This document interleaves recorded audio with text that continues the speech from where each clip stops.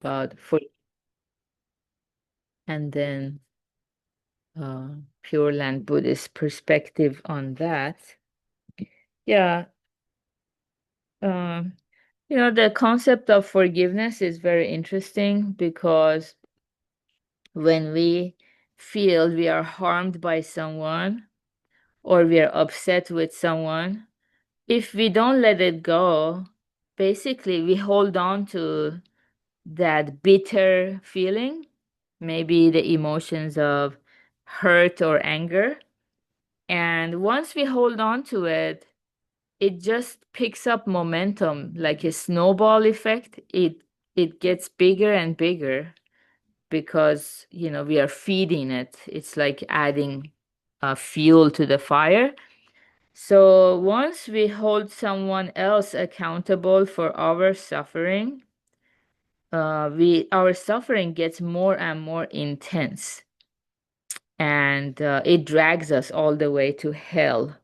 That's how we define or understand hell in Buddhism. It's not a place where people fall into and they're like, "Hey, what are you doing here?" It's not like that. It's very solitary, all by ourselves. Our own mind creates suffering. The easiest one to understand is when we are resenting someone or a situation, we are upset, and we keep replaying it in our head again and again and again. So the suffering gets more and more intense. It's called a vicious cycle. And in Buddhism, it's called Vaku Goku, which means our karma um, creates some suffering. Because of suffering, we have more deluded thoughts. And once we have deluded thoughts, we are more likely to create unwholesome karma. Once we create unwholesome karma, the unwholesome results or suffering is inevitable.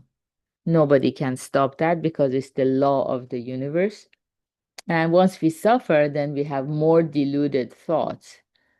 Delusions of the heart can be like greed or anger or hatred or jealousy, resentment.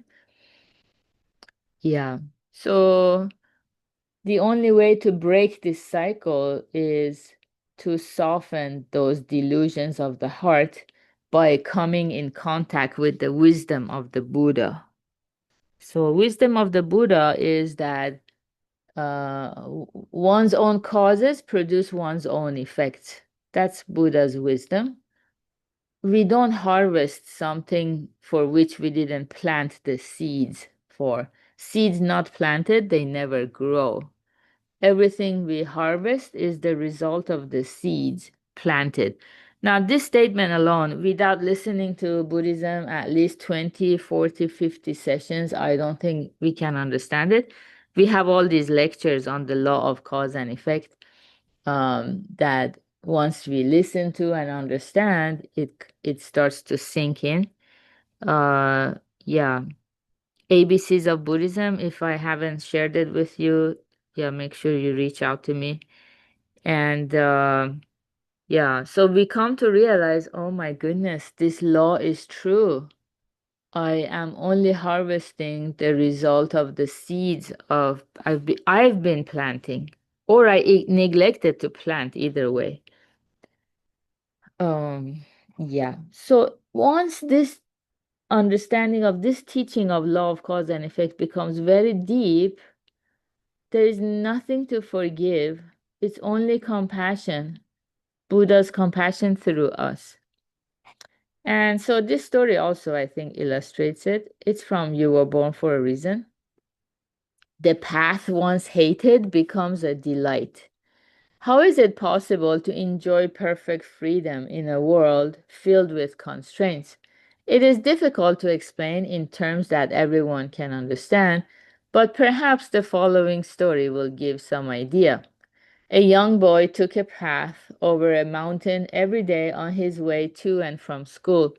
On days when he stayed late for some after school activity, the mountain would be scarily dark on his way home. In summer, the sun burned fiercely hot, and in winter, He was often forced to crouch down amid the howling winds of a blizzard. Rain turned the hilly path to a cataract. Filled with resentment, the boy would frequently mutter to himself, "If only the school were closer, if only this mountain weren't here." In other words, he's not forgiving these circumstances. He's holding on to resentment. Then one day, a pretty little girl transferred to his school. As it turned out, she was from his same village. The two of them began walking to and from school together, chatting about how far the way was and how deserted the mountain. In no time, they were fast friends. I think when we become good friends with someone, we forgive them and they forgive us. We feel forgiven. It's a very good feeling, warm, fuzzy feeling when we are um, in the situation of, oh, I'm being forgiven. I was late for my appointment and they didn't show anger to me. Or I had this transgression and they didn't even bring it up. They were so gracious about it. I think that's one sign of having very good friend or good partner, to forgive and be forgiven in turn. On their way home one afternoon, a sudden cloudburst hit them. The rain showed no sign of letting up. Between them, they had only one umbrella, the little girl's. Finding himself cozily sharing an umbrella with her, the boy prayed silently all the way home. Don't let the rain stop. Let the mountain be more deserted. Let the village be farther away. The things that had previously tormented him, the great length, difficulty, and isolation of the mountain path, had not changed, and yet they no longer gave him concern. Once obstacles to the boy's pleasure, they now became part and parcel of it. Everyone has probably had a similar experience at one time or another. Yeah, so that's the beauty of listening to the Dharma consistently and putting the teachings into practice. We realize everything that we considered as obstacles to our pleasure becomes the source of our pleasure. It turns complete transformation. So our resentment or bitterness when we have a hard time forgiving others, once we realize how much others are forgiving us, everything changes. We go through the 180.